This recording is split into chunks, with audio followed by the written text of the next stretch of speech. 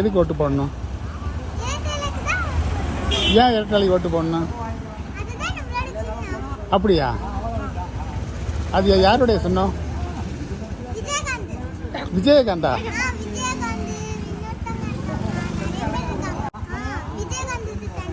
ஆ சரி. ஆ ஆ ஆ ஆ இரட்டைலைக்கா? இப்போ நீ சொன்ன 4 சொன்ன எதனால் காரணம் சொல்லு.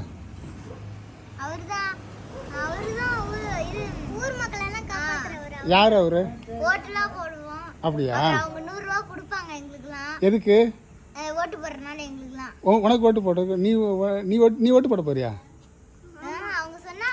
ஆ சரி அப்படியா? சரி, ஓட்டுக்கெல்லாம் பணம் வாங்க